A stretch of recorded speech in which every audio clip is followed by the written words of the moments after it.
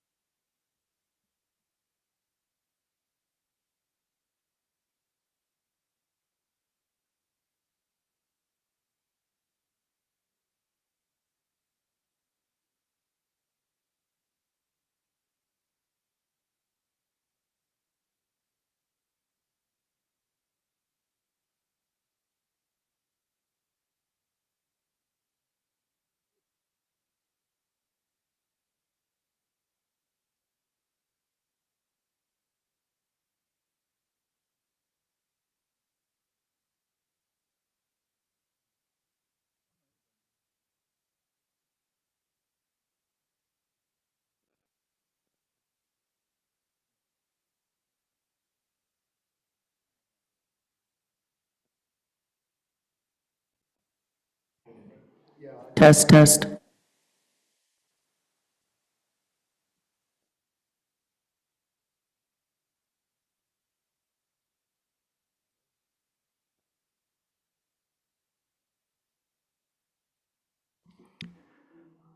All right, it is about that time, folks. So, welcome you guys to the Plan and Zoning Commission. This is our regular meeting. It is February 22nd at 6 p.m. We are in the City Council chambers located at 405 Municipal Drive in Kennedale, Texas. I'm going to go ahead and do a call to order. And for those in the audience, sir, to address the Plan and Zoning Commission regarding an agenda item, submit a request to speak before the meeting begins. If you have not done so, please do so. Speakers are allotted 3 minutes, must limit their comments to the subject indicated on the form, and should address the Planning and Zoning Commission as a whole rather than individual members or staff. Pursuant of Texas Government Code 551.071, the Planning and Zoning Commission reserves the right to adjourn into an executive or closed session at any time during the meeting to seek legal advice from the city attorney on any item posted on the agenda. Get a roll call, please. Andrew Makowski, Here. Colby Cowan, Here. Perry Clementi. Here. You have a quorum. Excellent, thank you, ma'am. All right, we'll just go ahead and roll into the regular session at this point. First item on the list is approve the minutes from January 25th, 2024, regular meeting.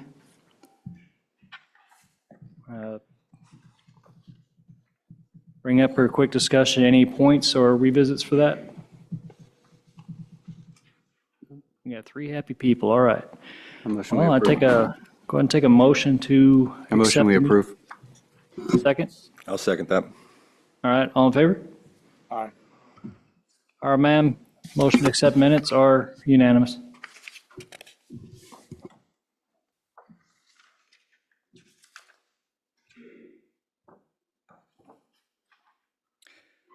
All right, moving right along.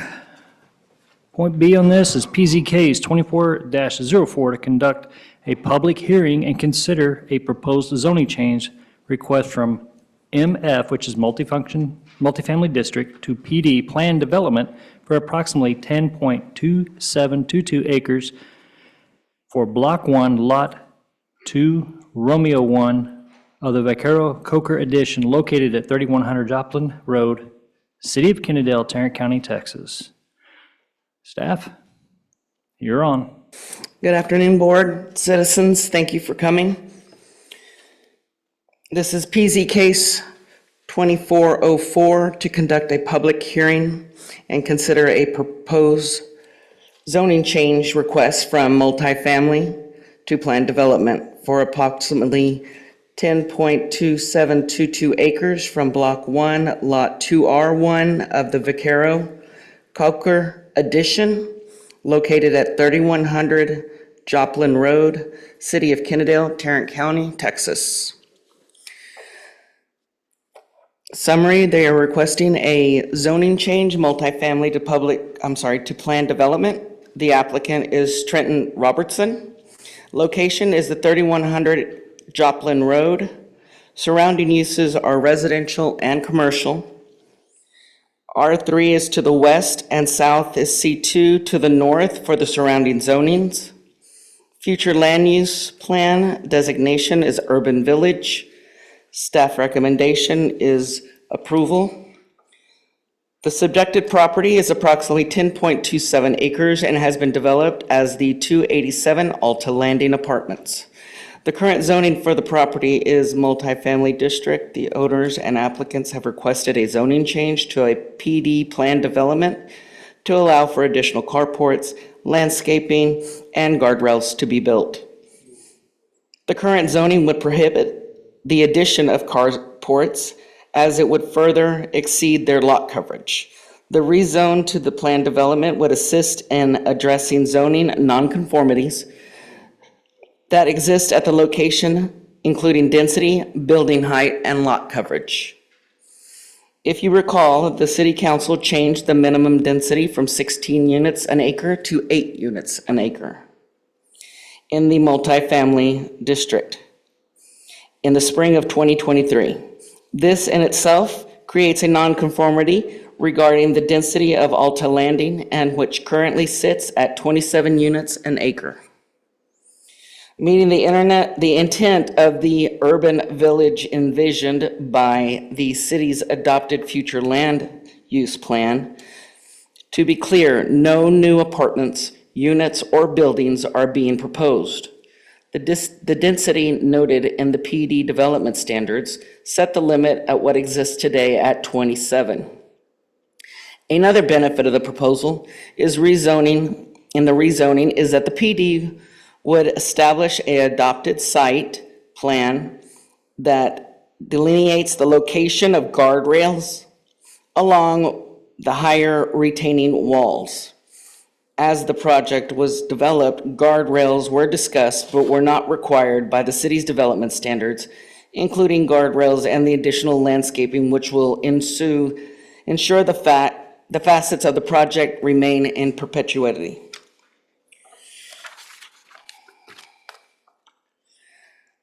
Surrounding properties and neighborhood.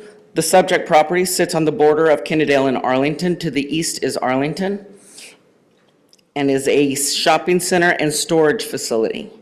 To the north are restaurants and service establishments that are zoned C2 commercial. To the west is Steeplechase neighborhood, which is zoned AR3. The current development and proposed additions are compatible with the surrounding land uses. Land use compatibility. The existing land will remain the same, and as such, the proposed PD is consistent with the land use compatibility in that area. Comprehensive plan consistency. The 2012 Comprehensive Plan and Future Land Use Plan, the FLUP, envisioned the part of the town to be developed as an urban village. As seen in Figure A, sample developments include lofts, apartments, retail, restaurants, and plazas. The proposed rezoning is consistent with the comprehensive plan and the future land use plan. Staff recommendation, the applicant has requested for a zoning change to PD plan development, and it is compatible with the existing land use and consistent with the current comprehensive plan. Therefore, the staff has recommended for approval.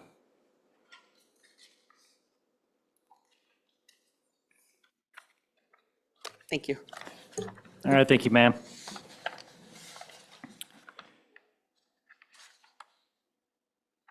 All right, do we have a representative for the applicant? Want to come on, step forward, say your name and your, go ahead and provide us your presentation at this time. Thank you.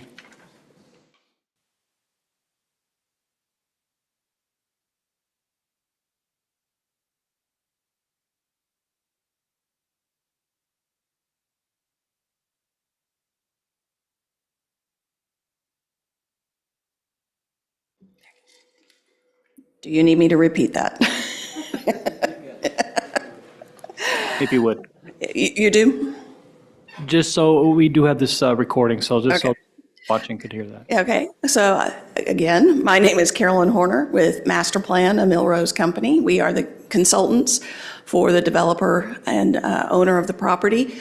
Our office is located at 2201 Main Street, Suite 1280 in Dallas.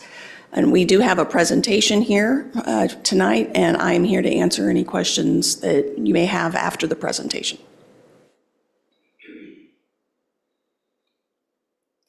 So the request tonight is to rezone from straight multifamily to a PD. We are not proposing any new apartments. What we are hoping to do with this is to make this site a legal conforming use. The PD would require some additional features that we have brought forward. Guardrails along the higher edges. We are very aware of the unoccupied truck that went through the parking lot and over the edge. So guardrails are in. Carports, not every spot will be covered with a carport, but they will be in groups and will be available for additional rent by residents only of this particular development. And some additional trees and landscaping items to help fill in some areas, either around the guardrails, around the corners, edges, add a little bit more green to the space since we are going to be putting in the guardrails, which we acknowledge are not the most beautiful guardrails. Per the zoning map, as was discussed in the staff presentation, we are currently MF, surrounded by C2, R3, and then the commercial and warehouses across the street. So in the existing conditions, we are not required to put in the carports, the enhanced landscaping, or the guardrails. The PD would permit some more stringent standards consistent with the future land use plan and meet the spirit of the Unified Development Code. This PD will guarantee protection, better standards, and higher quality as time goes on. If the owners sell this property 5 years down the line, maybe 10, the next owner is still bound by these PD restrictions. So that is another reason to get it codified as a PD. The existing site is already developed, and as I stated, and there's people living here, so as I stated, there are going to be no new apartment units, no new buildings. The carports will be what is new, and those aren't enclosed, so it's not an enclosed building. This will be a site plan for the property. Notice the buildings have their different individual numbers on them. There's a pool courtyard in the center. The proposed guardrails are the red dotted line that are shown here. So those will be going in. I believe some have already been put in. I'm not sure if they're done. But those have been reviewed by Nathan, so I was kind of hoping he'd be here. He was the one who reviewed through that. So the proposed carport locations, what the owner wanted was rows of carports available for those that live in the buildings nearby to be able to rent. So these red rectangles are locations of carports. So it's not an individual little carport here and there. They are a row of them in strategic locations. For the landscape plan, you see that we are not quite doubling the existing trees. Each of the green circles is a new item of landscaping. Mostly ornamental trees to provide some color and variety along the edges. I do believe some of the ones here at the front are shade trees, but the majority of the additional landscaping is ornamental shade trees. That concludes our presentation. Again, my name is Carolyn Horner. Trenton Robertson has also been working on this project, and I am here to answer any questions that you may have.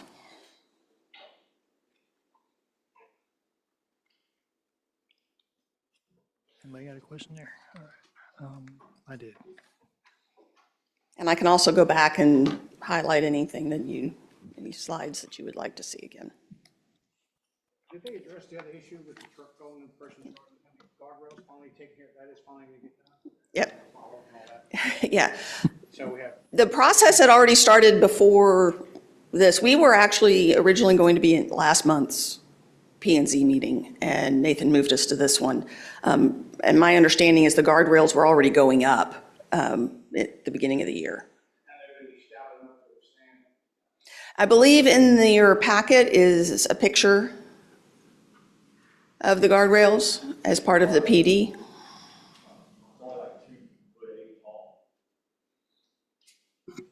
I don't see the beam. I guess it's a little. Oh, there we go. I didn't see that. They're already installed. Oh, okay. did we not get that picture? I guess not. I didn't see this. So before that, it was just a fence that, do they appear to be substantial, in your opinion?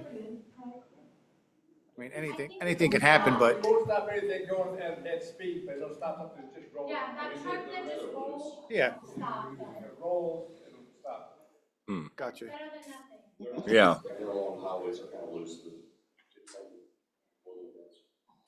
Thank you for this.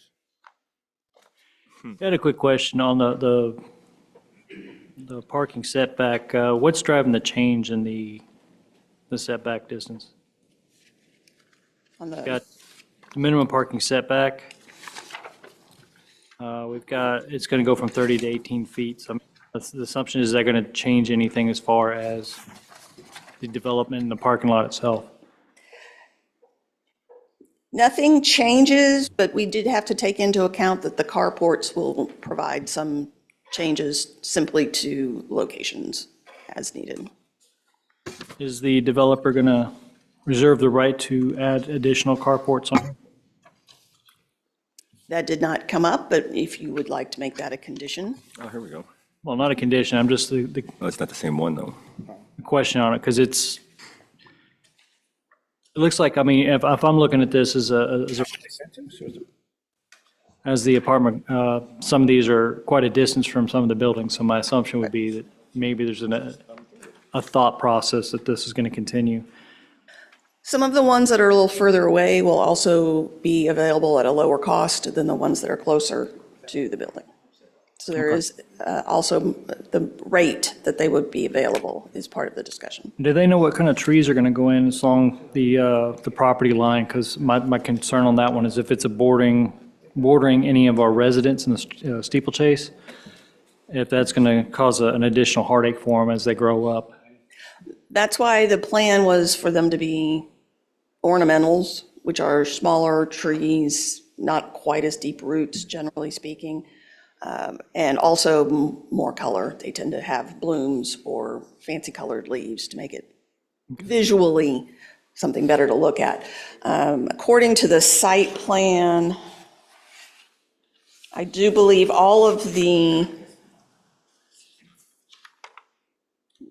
areas up above, helps if the planning plan is correct, oriented the correct way. You will have a variety of those. But yeah, shade trees do have deeper roots, and so we wouldn't want those on the top of the retaining wall. That's why the new shade trees would be more towards the front of the development. That's all I really had at the moment. My biggest thing is obviously going to be the safety and well-being of our tenants right next to the homeowners, right next to the site. But, anybody else? Did you get a chance to see that picture she put?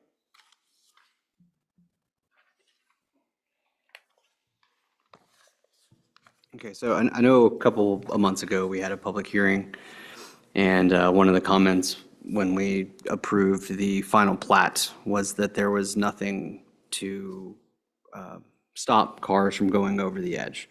I'm glad to see that y'all are putting in something. These look like they're very high quality. You know, they're steel cables. From the drawing, the posts that are here, they're going very deep into the ground. So it seems as if it would stop something that is coming into that. Do you happen to know any of the specifics about what it's rated to retain and arrest? I do not. We were not, master plan was not part of the submittal for the guardrails. That was handled directly by the developer and Nathan. So the picture is what I have. I got you. So, and the other thing, I like that y'all are putting in additional trees. I do know that the last time that we had the discussion over the final platting, we had some complaints from residents about some of the lighting and things like that. So as these shade trees grow up, it's going to handle and mitigate some of that nuisance lighting that's coming in, right? Right. So, because around the entire property, right, so we have shade trees that are going in the front, but you're adding more trees along the large retaining areas where there is Yes. the R3 portions, correct? Yes, and then some of the ornamentals can grow as tall as 8 feet, so they will be blocking some light. And they're also not planted at full growth height. That's not how you grow a healthy tree. Right. So what will go in will be whatever the minimum size for planting per the City of Kennedale's requirements. Most places, it's 3 calipers. So that would be my guess as to what they will be. But yes, they will grow. And then we will be required within 2 years to replace any of those that die. Okay. And then the other part about this I like is that we're adding restrictions and then protections that these things will be in place in perpetuity, right? If we approve this to move it from a multifamily into this planned development, those things will be codified. And so always, it will be the responsibility of the owner, whoever that owner will be, to maintain these trees and these arresting cables, right? Okay, thank you. Excuse me, pardon me. We ask that the audience refrain from any comments unless you have signed something and come up to the podium to speak, please. Thank you. All right, well, that should suffice on the applicant period of time, ma'am. If we have any further questions. I will be here to we can- answer any we additional can questions that may come up. All right, thank you. All right. According to this clock over here, we are at 6:19. I'm going to open up for public hearing at this time. Ma'am, if you want to call the first person up there. Royce, I believe it's Royce, is it Stout? Start. If you'll state your name, address, and you have 3 minutes. Evening. My name's Royce Stott. I live at 1260 Elmbrook Drive in Kennedale. It's on the Steeplechase side of Steeplechase Homeowners Association. In the past, I guess, previous years, I was the president for 10 years of the Steeplechase HOA. We came to the initial P&Z and approval for the apartment complex. We were, I don't want to say fooled, but we were taken advantage of. I think the city council was, because the original P&Z plan and layout it doesn't match what is currently there. The previous owner got the approval and then changed the layout and the plan of the apartment complex, put in 3-story apartments, did a lot of reorganization, and didn't even let anybody know until they'd already got the building permits and started building. So I know she said that they're going to be held accountable for all these P&Z regulations, but I can't trust that because it happened before. Soon as they sell this property, which they will, real estate's, that's a good location, they could go in and do something totally different that meets the PD criteria, and we have no say-so on them doing anything, because it's up to code, it matches the code. So if you approve this, by the way, I don't want an approval. I want it disapproved.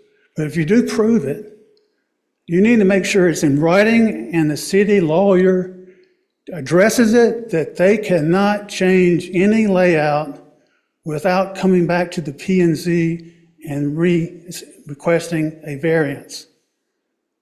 The second thing I have concerns about with the garage, the carports, that's going to concentrate a lot of water coming down to a couple of locations instead of right now, it's just a parking lot and it spreads out, water distribution. But when you put in a carport, you have those gutters and it's going to concentrate where the water goes. Have they even thought about the water situation? Because they didn't before, because it was coming in people's backyards.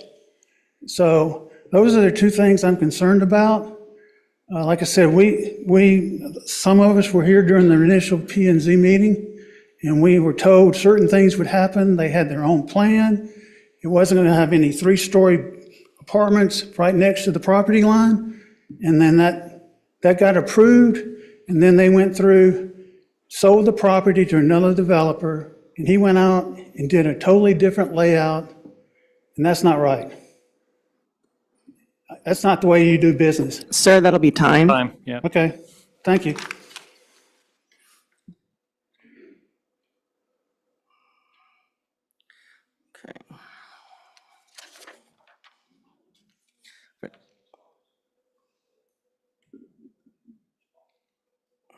Next, we have Phil Sanchez. Sir, if you'll state your name, address, and you have 3 minutes. Hi, I'm Phil Sanchez. I live at 416 Glenbrook Drive on the Steeplechase side. And my property is on the southeast corner of this development and along the west side of Joplin Road. And I echo what Roy said. When we came to the original meetings for this development, we got a totally different story than what actually happened. And so I'm not sure I trust them either, okay? I'm extremely disappointed in what happened. What we were told is not what occurred, okay? I don't really believe that there's a change required for them to put in carports, or they were supposed to have landscaping and trees in the initial development. The guardrails are already up. I walked around them again myself today, and they're already up all the way around the complex where they're there. I don't think anybody's going to tear them out of there now if a new owner comes in. So I don't think we really need this change. I'm totally against this change, this request. I ask you to do the same. Disapprove it. Thank you.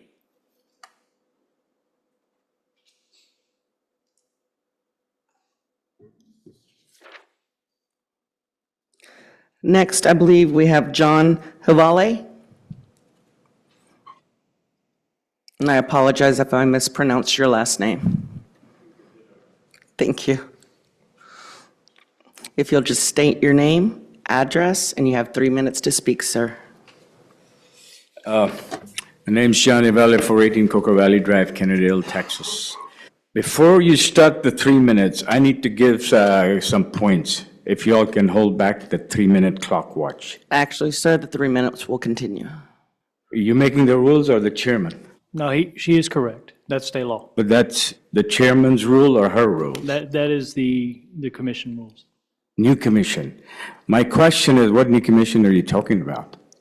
So I need to know the procedures, exactly how you all operate, okay? We live there. We are citizens that live on that. So my question to you is, before you start your 3 minutes, I wanted to make some comments which is not part of my conversation that I'll be implying in my 3 minutes.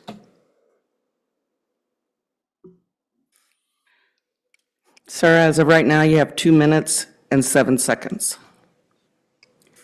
I don't appreciate that, Mr. Chairman, and you council members, P&Z. I hold you all accountable, big time. Do not approve this. The first time it was all, where is our buffer zone of 200 feet? Where is the plants and trees? That lines between my property and that property is the same line. And you come around and tell us you want to change it to PD. So all that goes away, what these gentlemen talked about? Isn't that crooked? Isn't that dishonest? Do you all have a conscience for that? And I'm addressing your committee directly. They don't want that. My next point is, does the multifamily and the PD approve, the same standards are met? Why does PD have to replace MF when the same standards can be met? What is the advantages and disadvantages? And I want to hear from you, Mr. Chairman. And I'm holding you accountable in this meeting as it's being taped. Tell me the advantages and disadvantages, the pros and cons of PD versus MF. The only thing that I could come up with those three, and I'm not going to label that because you're eating up my time. So I want the pros and cons that you have decided to support this position that the lady that gave, making a case to do it. Give us that information, and you are obligated by law and by lawsuits to give us that, because there is no buffer zone there, period. Any penalty for that? Why are we being penalized? And that needs to stop. So right now, I need to know and tell these citizens here the pros and cons of MF versus PD. Have you all researched that? Any one of you?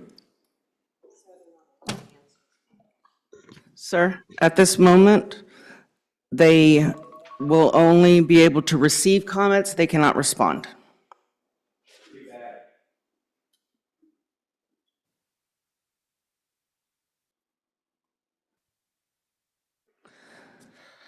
Let's see. Next, I believe we have Tim Verbeck. It's either Tim or Jim. I apologize. Okay. Sir, if you'll state your address, and you have 3 minutes.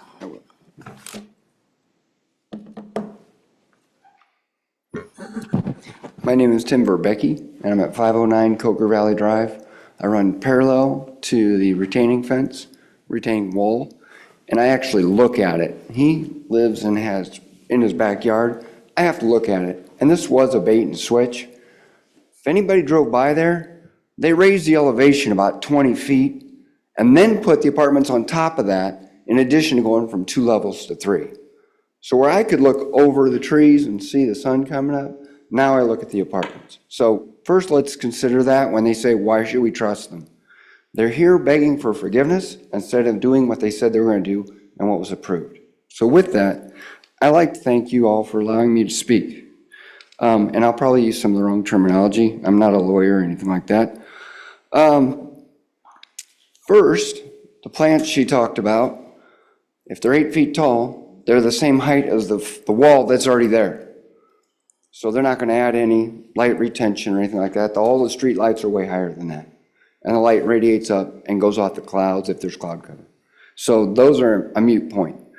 In addition to that, the concrete goes all the way to the retaining wall and the guardrail and the parking. So where are the trees actually going to go? There's no place for them unless they reduce their parking, and they can't do that because they've maximized every inch of the space to use the parking. That being said, there's already residents parking on the street in between the apartments and the storage facilities. And their parking lot is pretty much maximized because they put a whole nother layer of apartments on there. So now if they start charging for carports, where are the people who don't want to pay going to park? Because there's going to be a bunch of them. They're going to have to find places to park. And they're, like I said, they're already parking on the street between the carport, the apartments, and the storage facility. Let's see here. I'd like to agree. What's the point of the zoning change? The guardrails are already there. Carports, well, I addressed that with the parking. It's just a revenue, way to grab more revenue. They weren't there originally when the people moved in. They're just grabbing more revenue. I don't see where it adds. I agree with the water issue. The water level is amazing. It all comes right through my backyard. I don't think it's in the best interest of the homeowners, and I think the city council is here to take a look at the best interest of the homeowners. I think they've been coming here and complaining about this, or at least trying to work with the city council on this since the beginning. And we'd like some support on this one now. If you could maybe try to remediate what happened before. You know, why aren't they getting fined for being out of zoning? They just came back and said, well, we didn't do what we said we're going to do. Why is that okay? It's not okay. Sir? Yes? Time. Thank you. Yes, sir.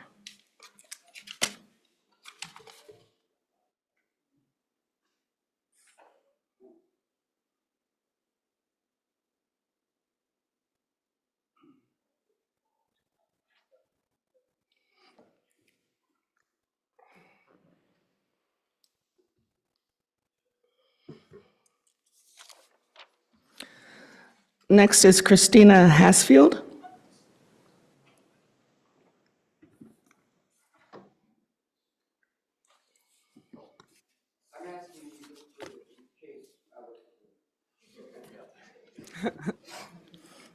Okay, you have 3 minutes if you'll state your name.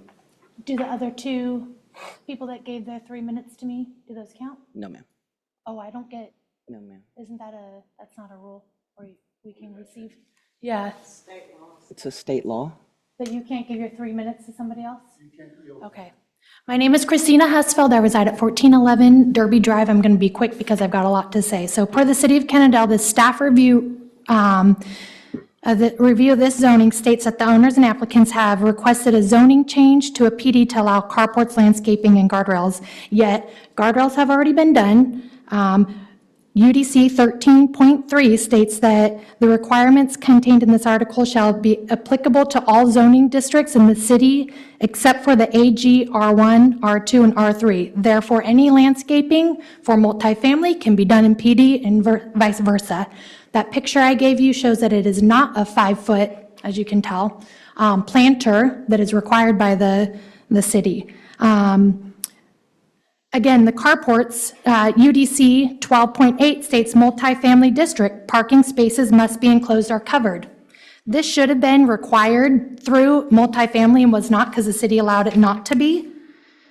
Guardrails have been placed. So by my deduction, it appears that the only reason for this rezoning would be to assist in addressing zoning nonconformities that exist at the location, which is quoted by the city in their review, since they are requesting that for the only reason. The UDC clearly states in section 9.1, a PD shall not be sought primarily to avoid the standards and requirements of other zoning districts. Per UDC 9.1, this request should be denied.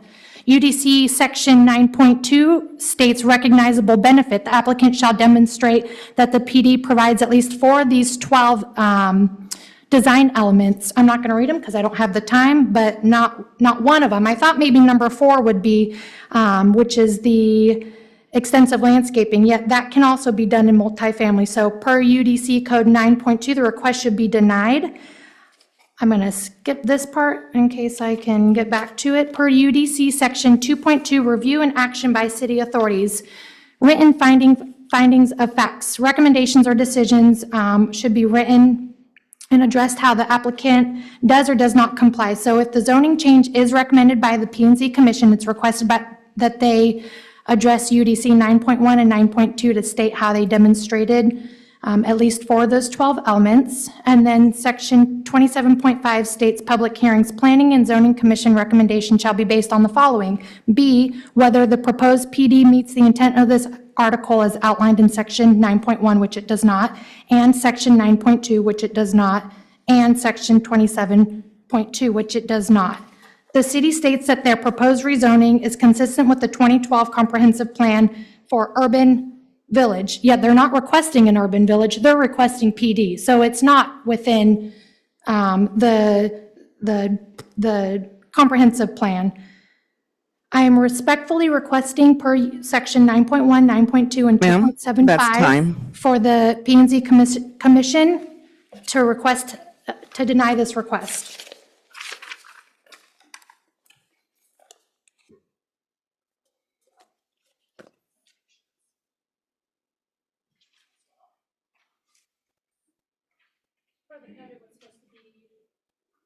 at least 8 square foot in the bedrooms. If it's not, the wall should have been at least. Ma'am, sorry, ma'am, you can't direct to the, So there's a lot that they're still not. thank you, ma'am. But we're gonna. Thank you. You do that in the city council all the time. They just hand out. Why are you stopping us from hand out? Sir, I apologize, but you can't direct, you cannot, That needs to go to the chairman. You're not the official chairperson. Sir, I'm going to echo her statement on that. And one of the requirements that I put out there on the 4th when we were talking about that is the speakers are allotted 3 minutes to limit comments to subject, including the forum, and should be addressed to the Planning and Zoning Commission as a whole rather than individual members or staff. So with that being said, we're not going to go down that road. All right?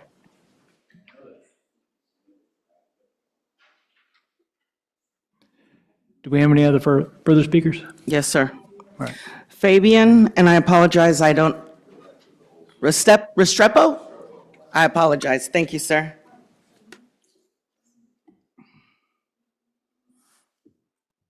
Fabian Restrepo. I'm at 1407 Derby Drive. I'm a new resident there. I've been there a little bit over a year. She talks about landscaping and managing stuff, but I've had issues with the trees where I've emailed their corporation back and forth telling me I have to take care of it. So I had to take care of it because the roots were going into my swimming pool, damaging the property, damaging this, the overgrowth's going through the fence, which I thought they were supposed to be taken care of because when I called the city, they told me it was the apartments. They supposed to maintain the outside with the retaining wall and so, but that's not the case. I got pictures that I could show. I thought I could give my minutes to Christina because I'm not really good speaking, especially I'm not into all that, but at the same time, it is upsetting because I'm with them. I don't see what's the purpose of them moving to PD from a multifamily. What is their agenda? What do they have behind it? What's going to happen in 5 years, 10 years? I don't know. It's disappointing because the neighborhood is great. My family loves it. We love it. It's quiet. It's peaceful. The neighbors are great. But then when I have lights flashing through my fence at night because whoever lives there wants to have the music blasting, lights flashing through the fence, terrible. They have a box truck parked right in front of my house in the backyard. I'm scared, terrified when it's windy. Is that box truck going to roll over because it's taking 3 spots? Who knows? I don't know. Who do I call? They don't help. I've gone to there personally, talked to them. They give me a card. Oh, you need to call this person. I email them, I call them, wait 4 or 5 weeks, get an answer. But, you know, as a resident there, it sucks. The community is great. I come from Midlothian. I come out here because they said this is a place to be. You know, I love the community, but I'm disappointed that as a city itself, you're not helping us as a residents from what I see just within the little year I've been there. And me and my wife had talked that if they don't do no change, then we may have to leave Kennedale, But that's all I have to say, and I disapprove of it, and I hope you guys just take our voice for it. Thank you. Thank you, sir. Next, we have Jason, I believe, Hasford.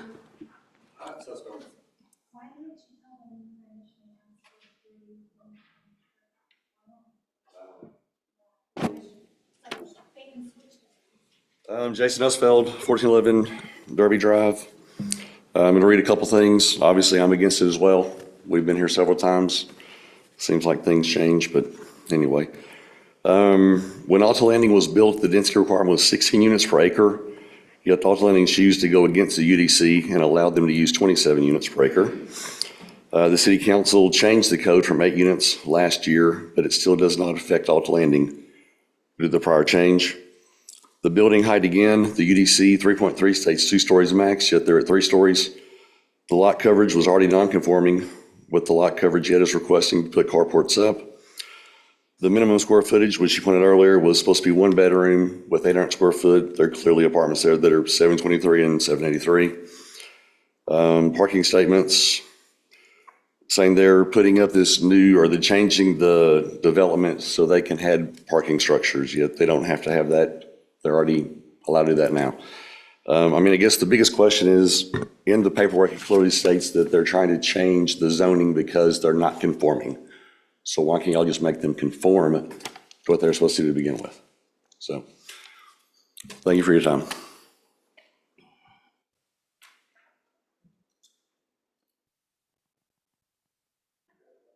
That's all for the speakers, sir. All right, thank you, ma'am. We'll close the public at 6:43. I do have another question for you, if you don't mind coming back up.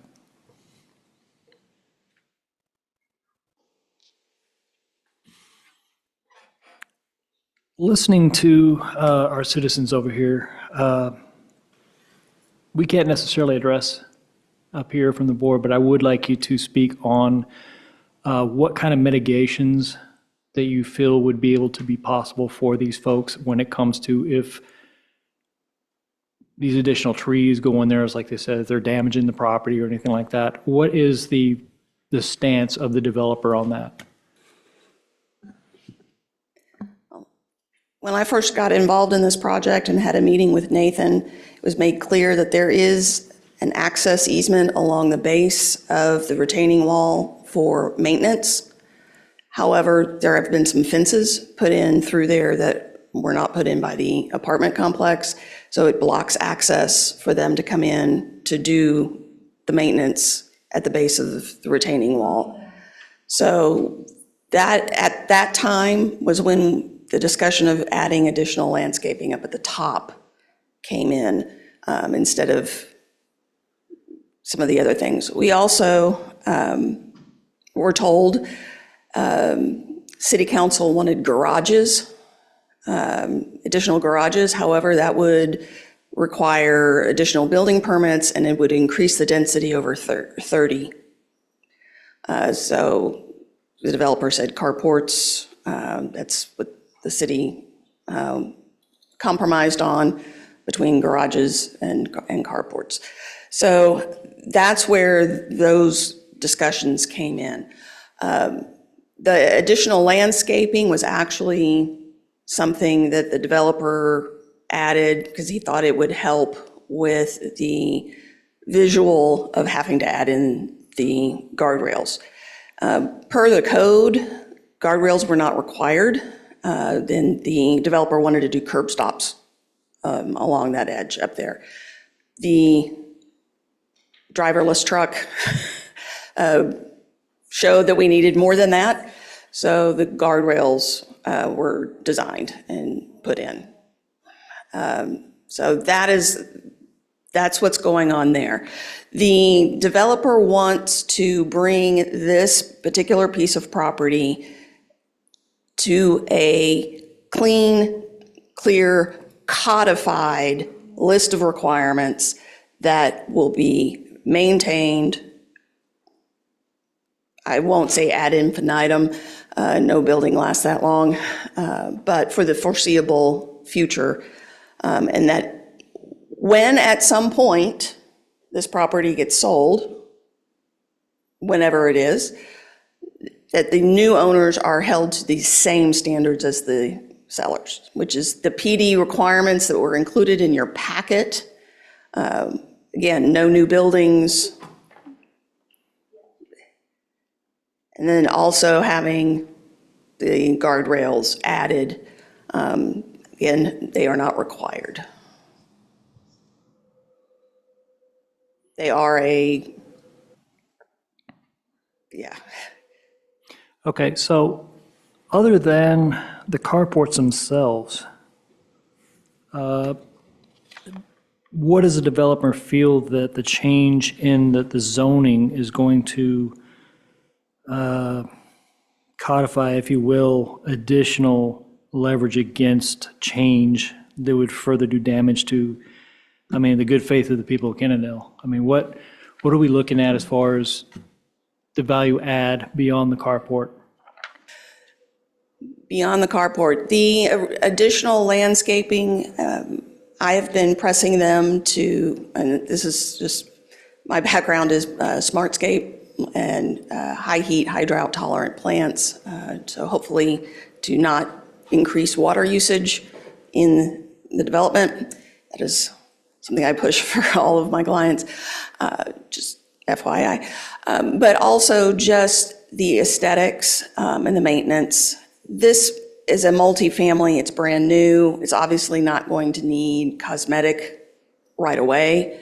But putting in the PD, the additional landscaping, and the requirement that it be maintained is in those, means that the property owners or the management company that they so designate will be required to maintain, and that includes the guardrails, that includes landscaping, that includes, all property on the site to be maintained, and that will be a value add.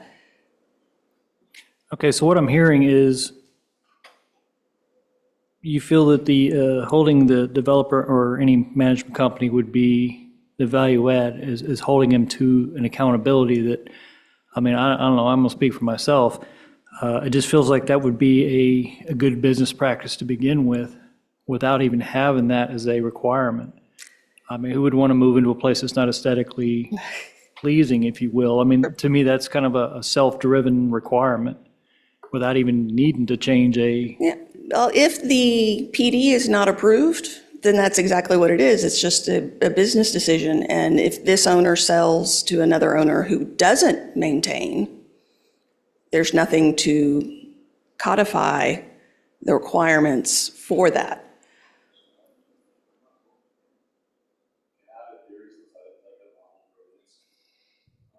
Unfortunately, sir, no. And if we can refrain from comments in the gallery area, that would be appreciated. Thank you. Yeah, the developer and owner that I am dealing with was not the one that started the process. It's the one that built the buildings. So I was not at previous P&Z meetings or city council yeah, meetings. unfortunately, none of us were, and that seems to be the general heartache that we're running into, so it's kind of The city issued the CO, the city issued all permits that were required. The city allowed the developer to open up and start renting, and there are people living there now. So if the PD is not approved, then it's business as usual in that particular thing, and nothing changes. There's no additional items. I don't know that they would take out the guardrails that are already in, but they would not be putting in carports, they would not be putting in the new landscaping. And they would not be held to any additional items for maintenance. Understood. Anybody else? I don't speak all the nice pretty words as a chairperson. I cut to the chase. If this all goes through, what do any of the Kennedale citizens have to do if it goes sour? Who do they talk to? How is it enforced? What deaf ears do they have to talk to and find nothing done? I've lived this nightmare. And, we are also here for the citizens. What recourse do they have? Who do they call? Who's going to listen to them? Is anything going to be done? Or do they have to get an attorney and spend their own money to get something done? I understand you're saying by changing the zoning, it's going to give more restraints on how everything's taken care of. And if new owners come in, this is going to be enforced. How do we know that? How do we prove that? How do we follow through to see that it actually happened? How do these citizens feel? And evidently, they don't feel too good right now. They want some things to be more accurate because it wasn't. Again, it was the previous staff. I'm sorry, apologize for that. I'm living a nightmare with this too. That's why I've stepped up and came on some of these boards, to hear what the citizens have to say, and myself. I live in this town, I pay high taxes in this town. I like to know who to call when there's a problem. And I was just wondering, what's your answer to that? Who do they talk to? What do they look up? What phone number do they call? Is it called City Hall? Who do they talk to? For first line of defense, and I'm basing this on 20 years of experience working for a variety of cities, your code enforcement. That's your first line of defense. If that doesn't get anywhere, different cities operate code enforcement different ways. Like the city of Dallas has hundreds of agents. Smaller cities obviously will not. And there's a difference in how they operate. But that is your first line of defense because they take the requirements, they go out on site and they inspect. And if they find something, they then contact manager on duty, on site. And if that is a management company, then that management company is responsible for fixing the problem, whatever the issue may be. If it's an owner, then they are responsible. That's the normal process and procedure. I don't know everybody at the corporation to know if there is one specific person that answers their phone that on any regular basis. But I can specify to my contact that there have been some issues and they're not getting resolution, and find a point person for this at the corporate. Please give me a couple of days, and I can turn that in to staff to have handy as well. I am willing to call them and get a contact person. All right, well, thank you for that.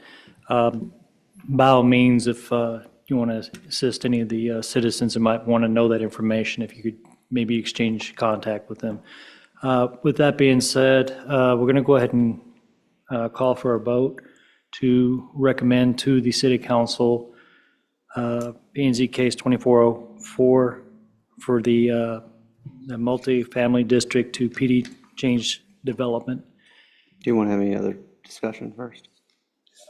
Yeah, you get one, make it quick. So is one of the biggest concerns is that they're going to get this approved and they're going to build something that they're not saying they're going to build? Like do something they're not? Yeah, you said, you'd made comment earlier about them building yet. Everything is No. Nope, can't do that. No. Sorry, guys.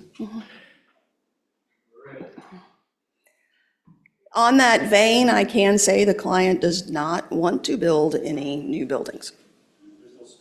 Yeah, exactly.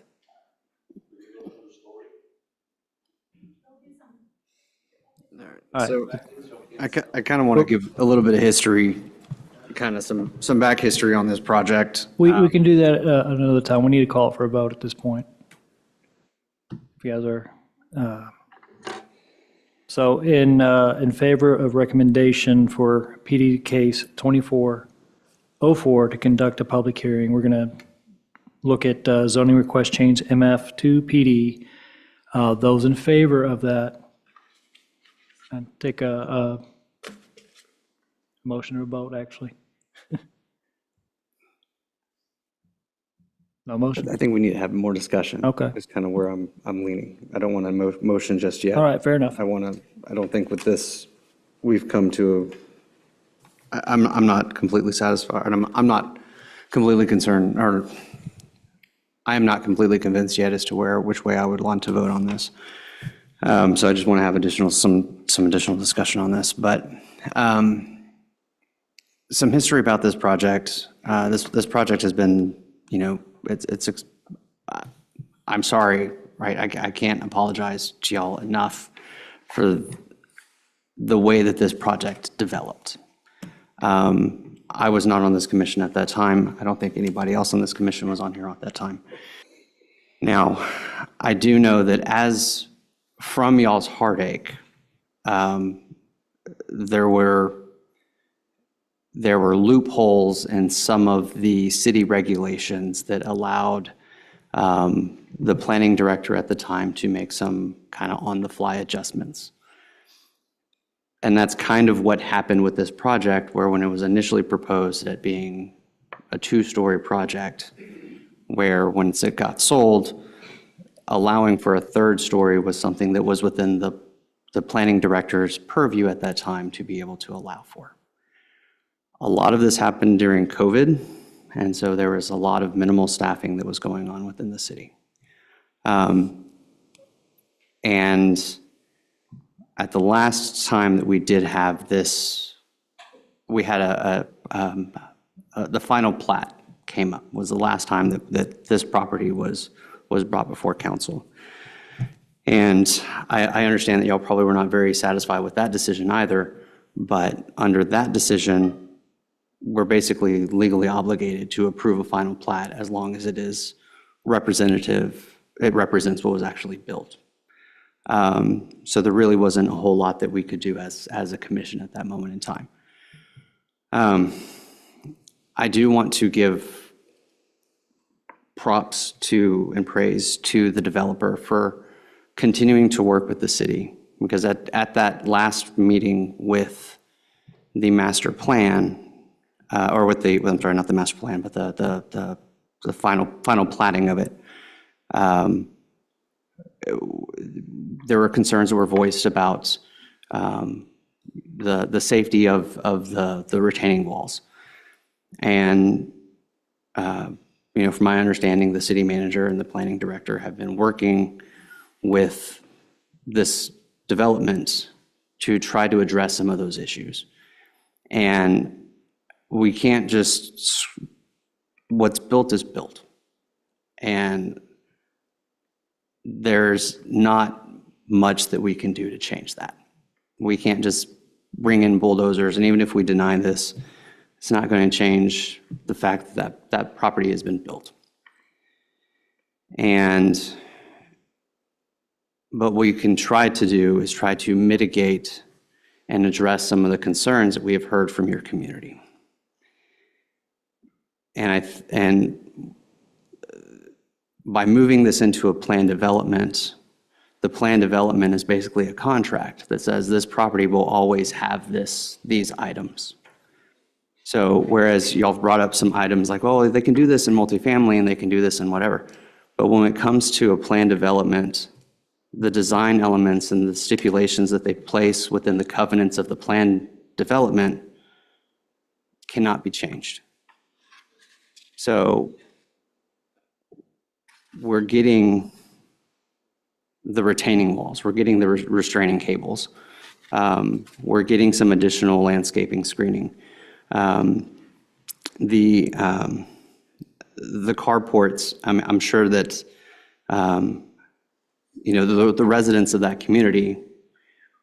So considering your concerns with how this property impacts your community, but then also some of the things that this community might want. I mean, we all live in Texas. We know that the next hailstorm is right around the corner.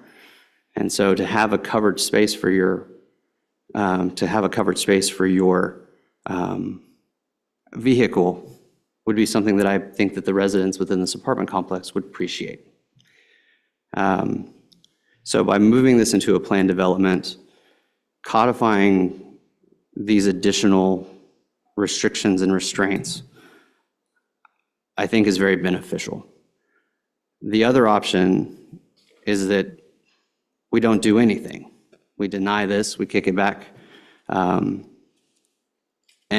status quo remains, which would mean that if anything were to happen to those, the retaining walls and the retaining cables that already exist, they put them in there before this was developed, or this was approved, but if anything were to happen to that, there's nothing to say that, okay, well, it's too expensive to maintain that, it's too expensive to replace that, so let's just go ahead and rip it out. But by codifying it into this plan development, into these covenants of the plan development, makes it to where it has to be maintained and it has to be a part of that development in perpetuity, regardless of who the owner is. Those are my comments about it.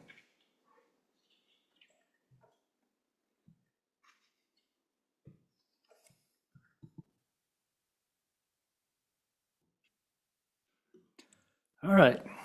Well, with all that being said, a motion for a vote? A motion we approve. Let's call for a vote. Need a call in a second for a vote, so. Motion.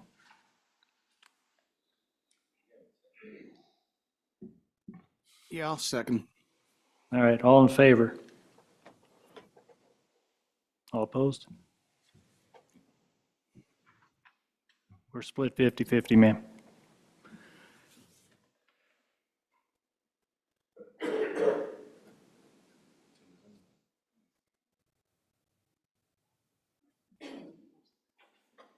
much. That's the way I feel about it. I'm about 50-50. It's got some good points and some bad points. And I do think the good points will outweigh the bad points a little bit. I just don't trust the shit that happens down the road. No, I think originally we got to talk about it. Because that's how they got us, and that's how they get them every time. This is Rand. Since we're 2 and 2, I'm thinking we may need a motion to table. Yeah, that was going to be my next one. All right, well, motion to table on that. So that one needs to be withdrawn. Motion to approve should be withdrawn. And then Right. Motion to table then. Or a motion to deny, either one. It's just, you've got a 2 and 2, so I don't think you're gonna. No, I think we just need to do a motion to table on this and get a little bit more information. So you'll need to do a motion to withdraw your original. All right, so And motion to then we'll- withdraw. All in favor? Unanimous on that. So, and a motion to table for further discussion. Point of order, when are we tabling it to? That's going to have to be, yes, Next available meeting. yes.